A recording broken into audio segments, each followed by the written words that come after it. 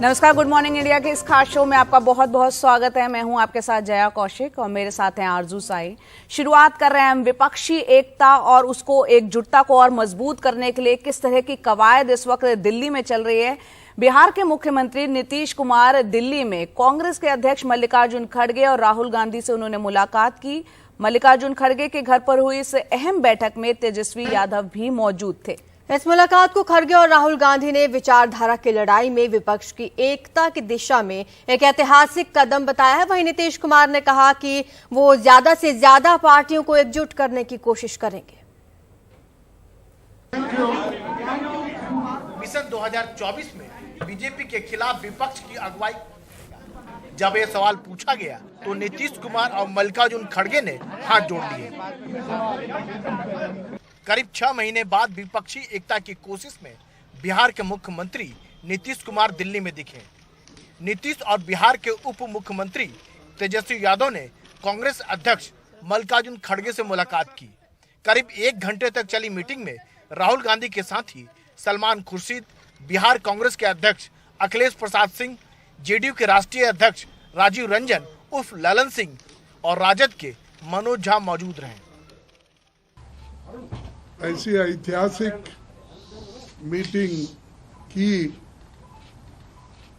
और बहुत सी चीज़ें हम चर्चे में लाए और एक हम सभी ने मिलकर तय किया कि सभी पार्टियों को एकजुट करना और एक होकर आगे जो चुनाव आएंगे उस चुनाव में एकजुट दिखाकर लड़ना। पिछली बार बिहार में बीजेपी से संबंध तोड़कर राजद के साथ सरकार बनाने के बाद जब नीतीश दिल्ली आए थे तो करीब करीब सारे विपक्षी नेताओं से मिले थे। एजेंडा बस एक ही था, बीजेपी को सबके साथ मिलकर हराना है।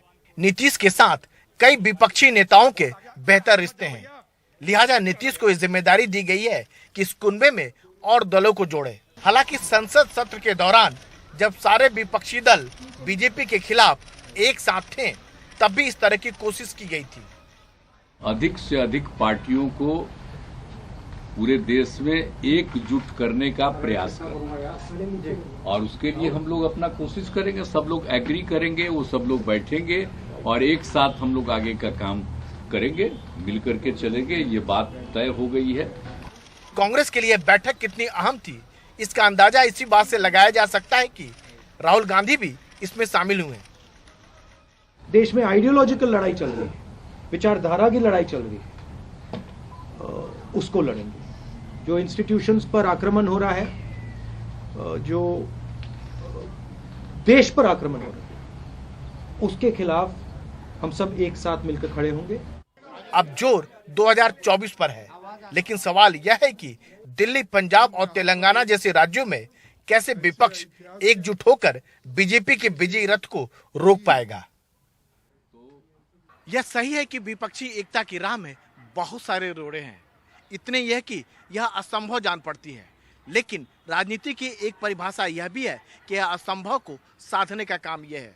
अब सवाल यह है कि इतनी सारी कोशिशों से एकता संभव होती है या नहीं। नई दिल्ली में मुरसलीन और सचिन गुप्ता के साथ राजीव रंजन, एनडीटीवी इंडिया। दिल्ली में विपक्षी एकजुटता को मजबूत करने के लिए नीतीश कुमार ने अरविंद केजरीवाल से भी मुलाकात की है और आज नीतीश जो है लेफ्ट के नेताओं से भी मुलाकात कर सकते हैं। साथ ही समाजवादी पार्टी के अध्यक्ष अखिलेश यादव से भी उनकी मुलाकात की संभावनाएं जताई जा रही है। कल अरविंद केजरीवाल से मिलकर नीतीश कुमार और अरविंद केजरीवाल ने क्या कुछ कहा है वो भी सुनते हैं। अधिक से अधिक विपक्षी पार्टियों को एकजुट करेंगे। अब आज देख लीजिए, बाकी सब पर कोई कमेंट नहीं करना। एक लाइन में बता दिया कि हम लोग अब शायद आजादी के बाद की सबसे भ्रष्ट सरकार आज देश के अंदर है और एक आम आदमी के लिए अपने घर का खर्चा चलाना मुश्किल हो रहा है। इसलिए बहुत ज़रूरी है कि सभी विपक्ष और सारा देश एक साथ आके इकट्ठा होके और केंद्र के अंदर सरकार बदले और ऐसी सरकार आनी चाहिए जो कि इस देश को विकास दे सके और देश के लोगों को उनकी समस्याओं से मुक्ति दे सके। नीतीश जी ने पहल की है और सबको इकट्ठा कर रहे हैं, लोगों को इकट्ठा कर रहे हैं, विपक्ष को इकट्ठा कर रहे हैं, दलों को इकट्ठा कर रहे हैं और बहुत अच्छा वो कर रहे हैं। हम पूरी तरह से इनके साथ हैं और जिस तरह से ये सबको जोड़ रहे हैं हम उनके साथ हैं। और इस वक्त हमारे सहयोगी राजीव रंजन हमारे साथ जुड़ गए हैं। राजीव, हमने सुना अरविंद केजरीवाल को भी, और कल जो बैठक हुई है जिसमें कांग्रेस, जेडीयू और आरजेडी के नेता थे, मल्लिकार्जुन खड़गे के घर पर ये बैठक हुई। आज क्या प्लान है नीतीश कुमार का? क्या अखिलेश यादव से भी मुलाकात हो सकती है? और एक लार्जर पर्सपेक्टिव में देखें 2024 में क्या ममता से भी बातचीत होगी? तेलंगाना, आंध्र, वो तमाम पार्टियां जो गैर बीजेपी हैं उनसे मुलाकात, नीतीश को ये जिम्मा सौंपा गया है। बिल्कुल आप सही कह रही हैं। खास तौर से देखिए 2 स्तरों पर जिम्मा सौंपा गया है। पहली बात जो कांग्रेस की जहां तक बात है तो कांग्रेस को जिम्मा सौंपा गया है कि आप उन दलों से बातचीत कीजिए जिनसे आपके रिश्ते सहज है। यानी यूपीए 2 के समय के कांग्रेस के जो रिश्ते हैं कई पार्टियों से बेहद अच्छे हैं, चाहे लेफ्ट पार्टियों की बात करें, डीएमके जैसे पार्टियों की बात करें, तो जेएमएम जैसे पार्टियों से बात करें, या फिर महाराष्ट्र की बात लीजिए, तो इन पार्टियों से कांग्रेस के रिश्ते अच्छे हैं, तो कांग्रेस को बातचीत का जिम्मा सौंपा गया है। दूसरी तरफ नीतीश की जो है कई पार्टियों से रिश्ते बहुत अच्छे हैं जिनके साथ कांग्रेस के रिश्ते सहज नहीं है। जैसे कि आप अरविंद केजरीवाल को ही ले लीजिए जो दिल्ली के मुख्यमंत्री हैं, उनके साथ जो है कांग्रेस पार्टी के रिश्ते बहुत सहज नहीं है, तो उनसे बातचीत का जिम्मा नीतीश को सौंपा गया है। नीतीश कल उनके पास गए और उसके बाद अरविंद केजरीवाल का ये कहना कि हम नीतीश कुमार के साथ हैं, विपक्षी एकता की दिशा में जो कोशिश हो रही है हम उसके साथ खड़े हुए हैं। आपको ये बता दें कि संसद सत्र के दौरान भी इस तरह की कोशिश हुई थी और करीब करीब देखने में आया कि सारा विपक्ष एक साथ खड़ा था। हालांकि शुरुआती दौर में टीएमसी और तेलंगाना की जो बीआरएस पार्टी है वो कुछ अलग थलग थी, लेकिन बाद में वह भी कांग्रेस के साथ आ गई। तो एक कह सकते हैं कि 2024 की जो है बिसात बिछनी शुरू हो गई है और जो विपक्षी दल है उनकी कोशिश ये है कि जो क्षेत्रीय मुद्दे हैं उनको कम से कम पीछे छोड़कर सब एक साथ खड़े हों। महाराष्ट्र में भी देख सकते हैं कि जिस तरह से सावरकर के मुद्दे को लेकर देख लीजिए और दूसरे मुद्दे को लेकर जिस तरह से बातें निकल के सामने आई थी, अब फिर से दोबारा कोशिश हुई। उद्धव ठाकरे खुद शरद पवार से जाके मिले हैं और कोशिश ये हुई कि आपसी मतभेद है उसको भुला दिया जाए और कुछ ऐसी कोशिश किया जाए कि ऐसी कोई बात न कहे जिससे एक दूसरे की भावना को ठेस पहुंचे। जहां तक आज नीतीश कुमार का कार्यक्रम है तो नीतीश कुमार आज जो है लेफ्ट पार्टी के नेताओं से मिल सकते हैं और नीतीश के रिश्ते जो है लेफ्ट पार्टी के नेताओं से आज से नहीं बल्कि कई सालों से बेहतर है। सीपीआई हो, सीपीएमएल हो और एमएल की पार्टी हो, उनसे मिल सकते हैं और संभावना ये भी जताई जा रही है कि संभवतः आज अखिलेश यादव दिल्ली आएंगे और नीतीश कुमार से मुलाकात करेंगे। तो ये कह सकते हैं कि एक विपक्षी एकता की दिशा में कह सकते हैं एक बहुत बड़ा एक कदम उठाया जा रहा है और आपसी मतभेद को बुलाकर सब एक साथ मिल रहे हैं ताकि इनकी बस मंशा एक ही है कि किसी भी तरह बीजेपी के जो विजयी रथ है उसको रोका जा सके। राजीव, पिछली बार जब लोकसभा चुनाव हुआ था 2019 में, तब भी हमने देखा था एक ही मंच पर तमाम ये बड़े नेता इकट्ठा हुए थे, महागठबंधन उसे नाम दिया गया था। हालांकि बाद में ये अपने अपने रास्ते हो लिए थे दल। इस बार क्या तस्वीर रहती है ये देखने वाली बात होगी। देखिए इस बार की पहल कुछ इस मामले में अलग है कि पहली बार जैसे कि आपको बताया कि कल मल्लिकार्जुन खड़गे के आवास पर जो बैठक होती है उस बैठक के महत्व का अंदाजा इस बात से भी लगाइए कि नीतीश कुमार तो आए ही, उनके पार्टी के राष्ट्रीय अध्यक्ष राजीव रंजन उर्फ ललन सिंह भी आए, जो बिहार के उप मुख्यमंत्री हैं तेजस्वी यादव आए और उनके साथ साथ जो मनोज झा सांसद हैं वह भी आए और कांग्रेस के जो वहां के जो अध्यक्ष हैं अखिलेश प्रसाद सिंह भी आए, राहुल गांधी भी शामिल हुए। तो इससे आप अंदाजा लगा सकते हैं कि एक मुद्दे को लेकर सारी पार्टियां मिल रही है और आपसी मतभेद को बुला के मिल रही है और सब बस एक ही कह रहे हैं कि किसी भी तरह जिस तरह के बीजेपी की तरफ से सत्ताधारी दल की तरफ से केंद्रीय एजेंसियों का दुरुपयोग हो रहा है, ईडी सीबीआई के छापे लग रहे हैं उन दलों पर जहां विपक्षी दल की सरकार है, तो उसके देखते हुए सारी पार्टियों को ये लग रहा है कि अगर हम एक साथ नहीं आएंगे तो ये देखने वाली बात होगी कि अब किन किन मुद्दों पर ये एकजुटता विपक्षी पार्टियों की नजर आती है। शुक्रिया आपका इस तमाम जानकारी के लिए।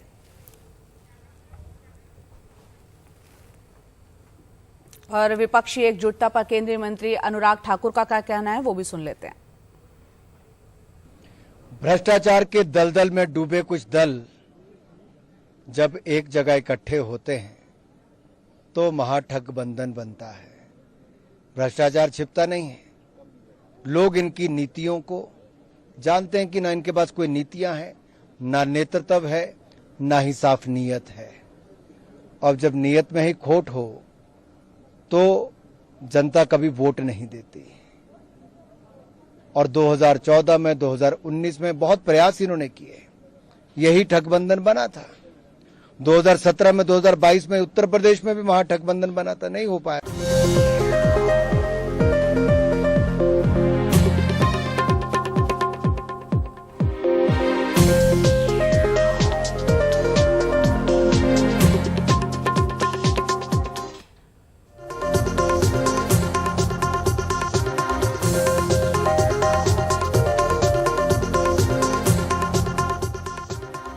राजस्थान में कांग्रेस नेता सचिन पायलट के अपनी ही पार्टी के खिलाफ अनशन को लेकर सियासी घमासान जारी है। राजस्थान कांग्रेस के प्रभारी सुखजिंदर सिंह रंधावा आज कांग्रेस अध्यक्ष को अपनी रिपोर्ट सौंपेंगे। कांग्रेस सूत्रों के मुताबिक सचिन पायलट का अनशन पार्टी विरोधी गतिविधि थी और उनके खिलाफ कार्रवाई की जा सकती है। कांग्रेस के प्रभारी रंधावा ने कहा कि सचिन पायलट ने जो मुद्दा उठाया वो सही है, लेकिन उसे उठाने का तरीका गलत है।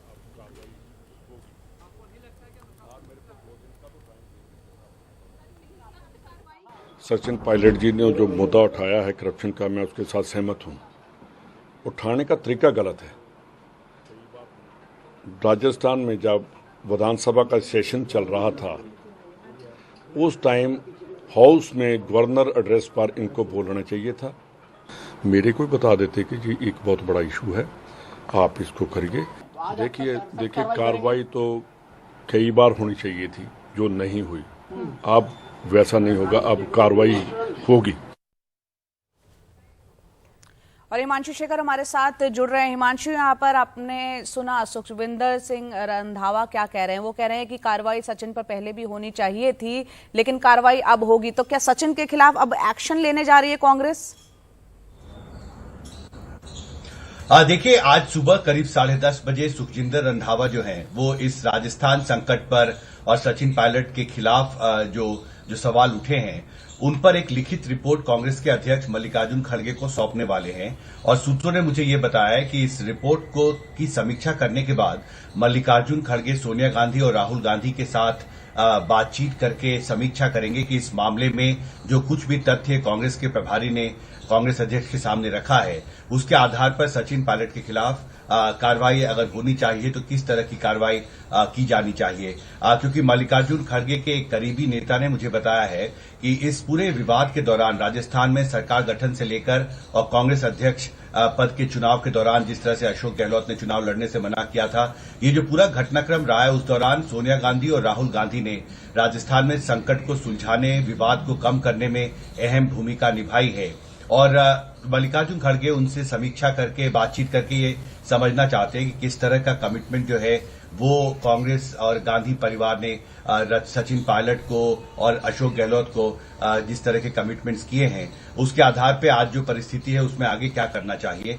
संभव है कि आज देर शाम तक मल्लिकार्जुन खड़गे कार्रवाई की दिशा और दशा क्या हो इस पर इसकी रणनीति तय कर सकते हैं, क्योंकि 14 से 16 तारीख तक वो दिल्ली में नहीं है।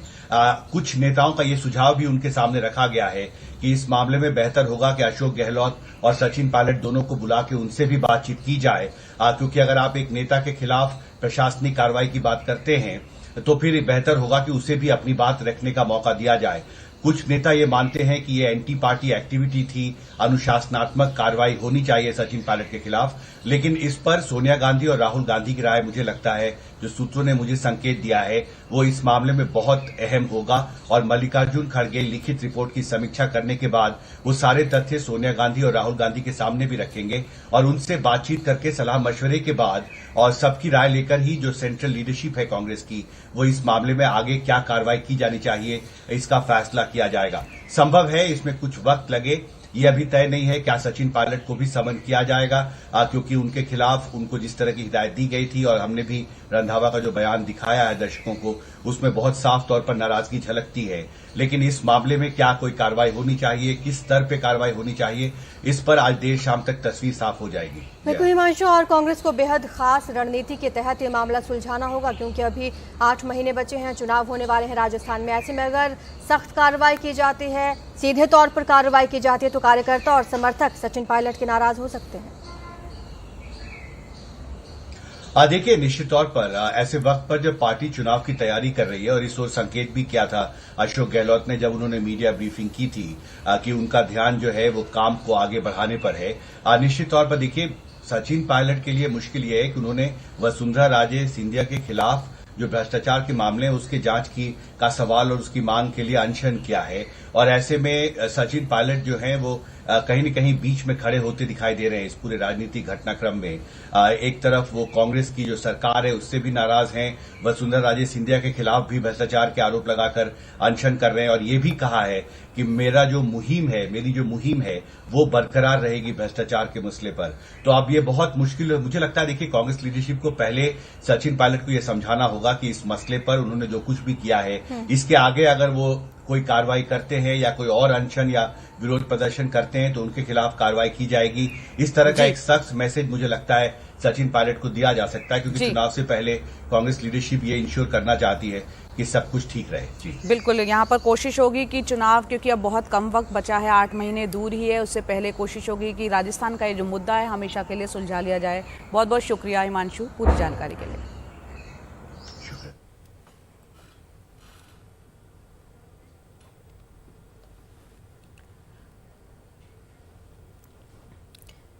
इससे पहले अशोक गहलोत का भी बयान सामने आया था, उन्होंने प्रेस कॉन्फ्रेंस की है और इस मुद्दे पर भी उन्होंने बातचीत की है।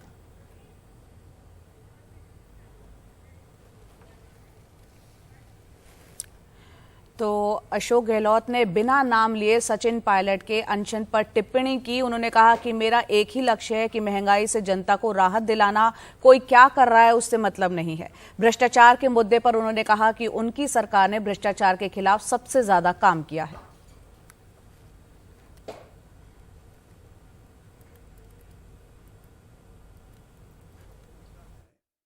कि मैं कह चुका हूं, आपको कहना चाहूंगा, मेरा लक्ष्य 2030 है, उसमें महंगाई राहत पहला कदम है और कई कदम उठाए जाएंगे। हमने रोड मैप बना रखा है, समय समय आपको हम ब्रीफ करेंगे कौन क्या कर रहा है, हमें उससे कोई मतलब नहीं। हमारा लक्ष्य वही महंगाई राहत, हम एक लक्ष्य को लेकर चल रहे हैं, महंगाई राहत।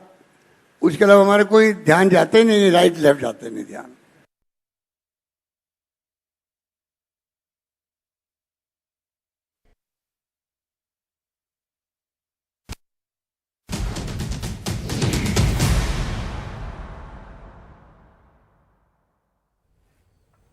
हम बात कर लेते हैं कर्नाटक की, जिसके लिए बीजेपी ने अपने उम्मीदवारों की दूसरी सूची जारी कर दी है। इस दूसरी सूची में 23 उम्मीदवारों के नाम हैं, 2 महिलाएं भी इनमें शामिल हैं। इसमें भी लेकिन जगदीश शेट्टार का नाम गायब है। लेकिन जगदीश शेट्टार के विधानसभा क्षेत्र हुबली से किसी उम्मीदवार के नाम का ऐलान नहीं किया गया है। शेट्टार यहीं से विधायक भी हैं और इसी सीट से वो लड़ना चाहते हैं, लेकिन लिस्ट में 2 लिस्ट आ चुकी है, अभी तक उसमें नाम उनका नहीं है। कल जगदीश शेट्टार दिल्ली में बीजेपी अध्यक्ष जेपी नड्डा से उन्होंने मुलाकात की थी और इसके बाद उन्होंने साफ कर दिया था कि वो चुनाव लड़ेंगे। शेट्टार कर्नाटक के मुख्यमंत्री भी रह चुके हैं, लेकिन बीजेपी उन्हें लेकर असमंजस में क्यों है, ये पूरा मामला क्या है, समझा रहे हैं हमारे सहयोगी रवीश रंजन शुक्ला। देखते हैं उनकी रिपोर्ट। 99% जगदीश शेट्टर जी दिल्ली में हैं, उन्हें 99% टिकट मिलना संभव है। जल्दी ही बात साफ हो जाएगी।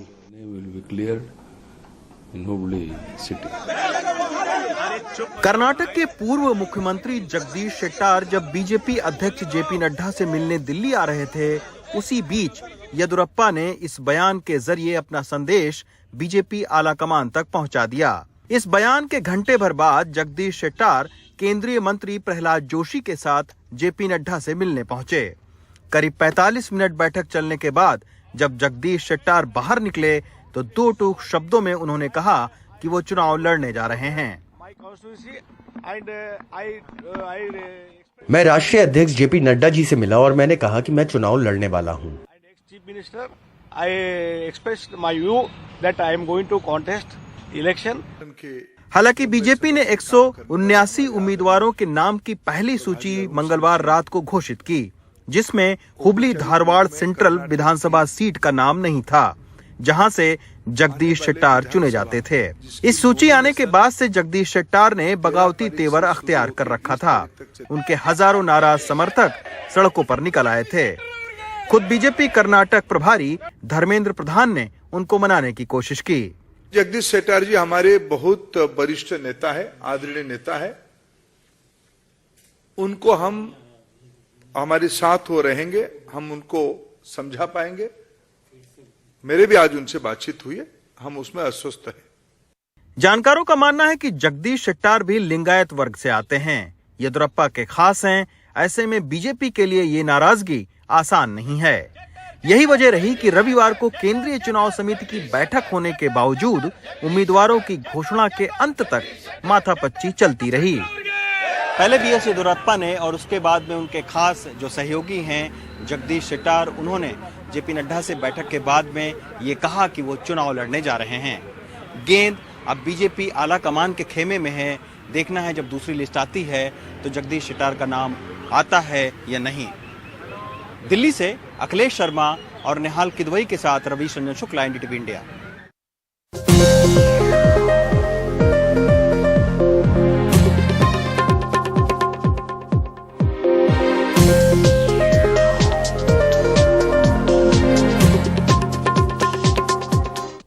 माफिया और पूर्व सांसद अतीक अहमद को आज प्रयागराज की अदालत में पेश किया जाएगा। ये पेशी उमेश पाल हत्याकांड मामले में होगी।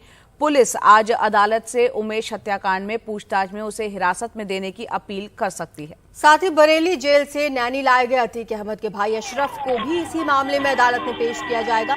अतीक अहमद को कल ही प्रयागराज के नैनी सेंट्रल जेल लाया गया है।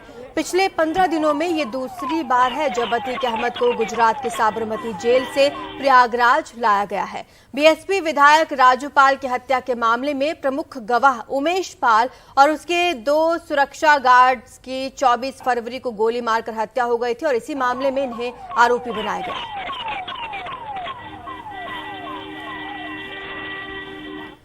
देश में कोरोना के मामले लगातार बढ़ते जा रहे हैं। राजधानी दिल्ली में अगर बात करें पिछले 24 घंटों की तो 1100 से ज्यादा नए केसेस सामने आए हैं। एक मरीज की कोरोना के चलते मौत हो गई है।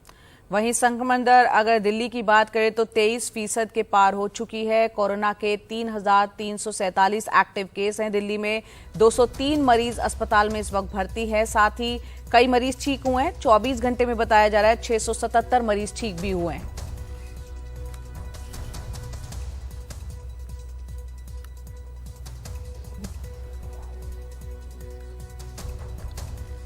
वहीं दूसरी तरफ महाराष्ट्र में कोरोना के केसेस की अगर बात करें तो 1115 नए कोरोना के केस यहां पर मिले हैं। 24 घंटे में कोरोना से 9 लोगों की महाराष्ट्र में मौत हुई है। वहीं कोरोना के 5421 एक्टिव केस इस वक्त महाराष्ट्र में हैं। तो अगर महाराष्ट्र की मुंबई की बात करें, यहां भी पिछले 24 घंटे में 320 नए केस आए हैं। 2 लोगों की मौत हुई है।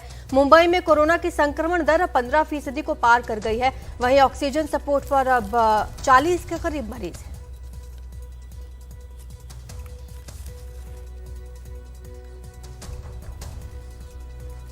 कोविड के बाद हर उम्र हर वर्ग में मानसिक तनाव की शिकायत इतनी बढ़ी है कि मेंटल हेल्थ पर हालिया सर्वे के बाद बीएमसी ने 500 से ज्यादा डॉक्टर्स को इसका सामना करने की स्पेशल ट्रेनिंग दी।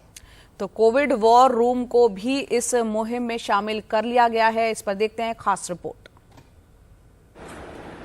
15 साल का ये बच्चा देख नहीं सकता। कोरोना की पहली लहर में पिता की मौत हो गई।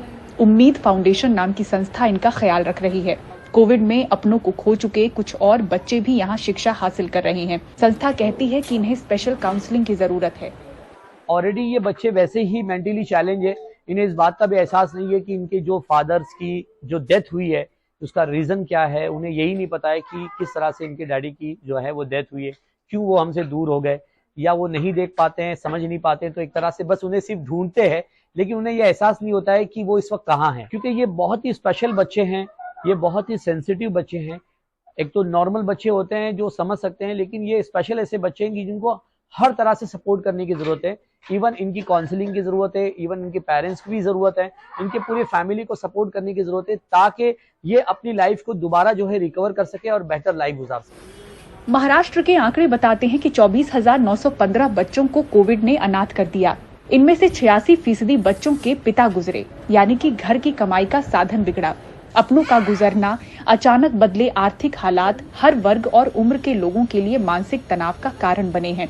बीएमसी ने अब इससे निपटने के लिए 500 डॉक्टरों को ट्रेनिंग दी है। अब हर अस्पताल, क्लिनिक में मानसिक तनाव को एक अहम स्वास्थ्य समस्या के तौर पर आंक कर इलाज के साथ ही काउंसलिंग की जाएगी। बीएमसी के कोविड वॉर रूम को भी इस मुहिम में शामिल किया गया है। BMC has started a proper mental health program और उसमें वॉर रूम से भी मेंटल हेल्थ प्रोग्राम इनिशिएट हुआ है और वहाँ से हेल्पलाइन जो है वो सिर्फ कोविड हेल्प के लिए नहीं, वो मेंटल हेल्थ प्रोग्राम के लिए भी यूज़ की जाती है। तो यहाँ पे जो भी पेशेंट जिन्हें ज़रूरत है किसी भी तरह की काउंसलिंग की या ऐसे कोई प्रॉब्लम्स है, डेवलपमेंटल इश्यूज़ है, उनको यहाँ से मेडिकल हेल्प ऑन फोन दिया जाएगा। वो शुरू हो चुका है। एनसीआरबी के आंकड़े कहते हैं कि बीते साल मुंबई में अपनी जान देने के मामलों में 17% की बढ़त दिखी थी। बीते कुछ वर्षों में मानसिक रोगी लगभग दोगुने हुए हैं। फिर भी एक बड़ा वर्ग बिगड़े मानसिक स्वास्थ्य को बीमारी नहीं समझता। ऐसे में इसके दर्दनाक नतीजे को रोकने की ओर बीएमसी की कोशिश बेहद जरूरी कदम है। मुंबई से पूजा भारद्वाज, एनडीटीवी इंडिया।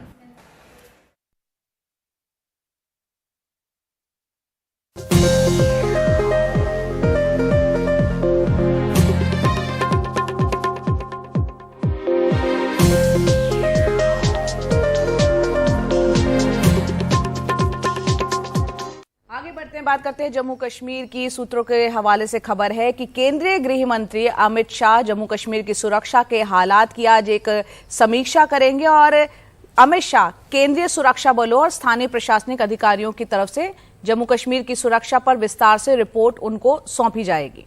और ये भी खबर है कि लाइन ऑफ कंट्रोल, अंतर्राष्ट्रीय सीमा पार से घुसपैठ और टारगेट किलिंग जैसे मुद्दों पर भी इस बैठक में चर्चा होगी। बैठक में जम्मू कश्मीर के उपराज्यपाल मनोज सिन्हा शामिल होने जा रहे हैं। केंद्रीय गृह सचिव अजय कुमार भल्ला शामिल होंगे। इसके अलावा जम्मू कश्मीर के डीजीपी दिलबाग सिंह समेत कई बड़े अधिकारियों के समीक्षा बैठक में हिस्सा लेने की जानकारी इस वक्त मिल रही। तो देखना होगा क्या कुछ इस बैठक से निकल कर आता है। काफी महत्वपूर्ण बैठक इसे माना जा रहा है।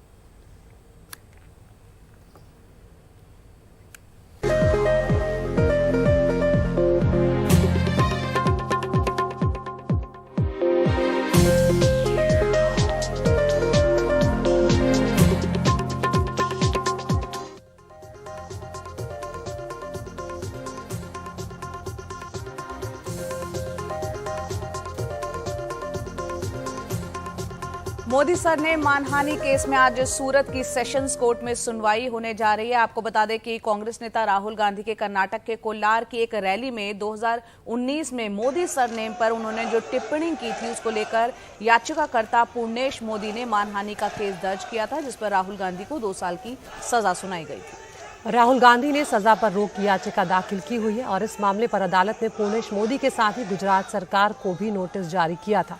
याचिकाकर्ता पूर्णेश मोदी ने सेशंस कोर्ट में दाखिल अपने जवाब में कहा है कि राहुल गांधी कोर्ट पर दबाव बनाने की कोशिश कर रहे हैं और इसलिए वो अपील के वक्त बड़े नेताओं के साथ आए थे।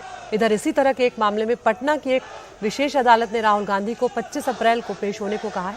बिहार में ये मामला बीजेपी के राज्यसभा सांसद सुशील कुमार मोदी ने दर्ज करवाया था।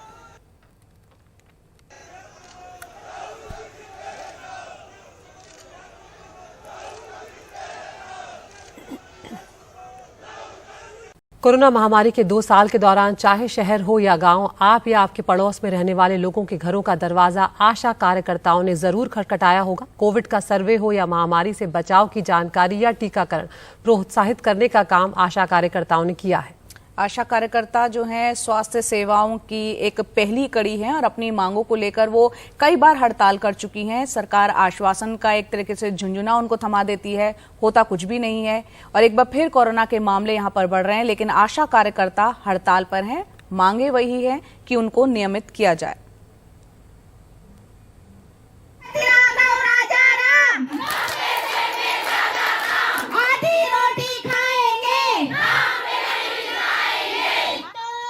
ये मध्य प्रदेश की हजारों आशा उषा कार्यकर्ताओं की हुंकार है। महीने भर से ये हड़ताल पर हैं।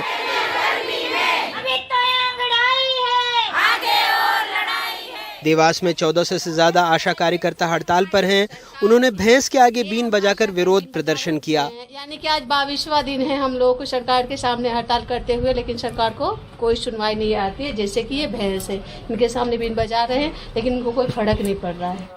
इस हड़ताल से आगर मालवा के अर्जुन नगर कॉलोनी में रहने वाली गजाला बी जैसी गर्भवती महिलाएं परेशान हैं। मंगलवार को गर्भवती महिलाओं को टीका लगाया जाता है। हड़ताल की वजह से स्वास्थ्य केंद्र तक लिस्ट नहीं पहुंची, इसलिए टीका नहीं लगा। अब गर्भ में पल रहे बच्चे को लेकर परिवार चिंतित है। मुझे नहीं, अगले महीने टीका लग गया था मार्च में, और मुझे अप्रैल में टीका लगने का था। तो पिछले 1 महीने से कोई आशा कार्यकर्ता मेरे पास नहीं आई और मेरे को यही उन्होंने कि टीका लगना है। तो मुझे चिंता हो रही है, जैसे फिक्र हो रही है बच्चे की कि कोई नुकसान नहीं या परेशानी नहीं। कोविड से पहले भी बच्चों और गर्भवती महिलाओं के टीकाकरण, पोषण, स्वच्छता जैसे कई काम इनके ही जिम्मे हैं। देश को पोलियो मुक्त बनाने से लेकर मातृ और शिशु मृत्यु दर को कम करने में ये अहम है। कई मायनों में प्राथमिक स्वास्थ्य देखभाल प्रणाली में सबसे बड़ी कड़ी। लेकिन तकलीफ यह है कि सरकारी कर्मचारी नहीं बल्कि ये स्वयं सेवक हैं। इन्हें तनख्वाह नहीं मानेदय मिलता है, वो भी कई महीनों की देरी से। सरकार से हमारी 15 मांगे हैं, लेकिन अभी हमारी 2 मांगे हैं। हमें परमानेंट किया जाए और हमारा वेतन किया जाए। जैसे आशा सुपरवाइजर का 15,000 रुपया किया जाए और आशा का 10,000 रुपया वेतन दिया जाए। डिलीवरी में जाते हैं तो वहाँ भी ना तो हमें सोने बैठने की व्यवस्था रहती है, कुछ खाने पीने में सब बात में हमें कठिनाई आती है। और गांव में हर बात का सर्वे मांगते हैं, और पंचायत में भी अगर कुछ काम आता है तो वो भी आशा से ही करवाया जाता है। किसी भी बात का अगर कोई भी सर्वे हो तो वो आशा से ही करवाया जाता है, और उसका कोई वेतन वगैरह कुछ भी नहीं मिलता है। सर, हमें जैसे कि 2,000 रुपये मिलते हैं, उसमें हमारी पूर्ति नहीं होती है और काम का मिलता है हमें पैसे। जैसे डिलीवरी ले जाते हैं तो 300 रुपये मिलते हैं। जैसे जैसे जैसे काम रहता है वैसे वैसे पैसे मिलते हैं हमें। तो आपको और क्या क्या काम करना पड़ता है? अभियान के दौरान हमें सर्वे दिया जाता है। अगर हम सर्वे नहीं करते हैं तो हमें क्या कहते हैं कि तुम्हारे 2,000 रुपये काट लिए जाएंगे। कोरोना काल में काम किया हमने, टीवी का सर्वे किया, कुष्ठ रोग का सर्वे किया, ये जिसके बाद आयुष्मान में रात को 8-8, 9-9, 12-12 बज गए हमें। शाजापुर जिले में आशा कार्यकर्ता मुख्यमंत्री से बुधवार को मिली। सरकार एक बार फिर वायदा कर रही है। स्वभाव क्या मांग करना, अपनी मांग रखते हैं, पर ऐसा नहीं है। हर मांग को हमारे मांगे प्राथमिकता पर लेते हैं, और जहाँ पर महिलाओं की बात होती है वहाँ तो बड़े गंभीरता से वो विचार करते हैं। लाखों हजारों ये मेरी बहना है। मुख्यमंत्री शिवराज सिंह चौहान ने चुनावी साल में महिलाओं के लिए पिटारा खोला हुआ है। विपक्षी दल कांग्रेस के भी सरकार में आने पर अपने वायदे हैं। दावे और वादे के बीच की जो दूरी है वो किसी से छिपी नहीं। मध्य प्रदेश में हर 1400 नागरिकों पर एक आशा या उषा कार्यकर्ता काम कर रही हैं, यानी अपनी क्षमता से 50% ज्यादा। उनकी मांग है कि उन्हें 10,000 रुपये वेतन प्रति महीने मिले, इसके साथ ही स्थायी नौकरी मिले। लेकिन सरकार का कहना है कि उन्हें लाडली बहना योजना का लाभ मिलेगा, यानी अतिरिक्त सिर्फ 1,000 रुपये प्रति महीना। मध्य प्रदेश में अपने सहयोगी सुनील, अरविंद, जफर मुल्तानी और कैमरा पर्सन रिजवान खान के साथ अनुराग द्वारी, NDTV इंडिया।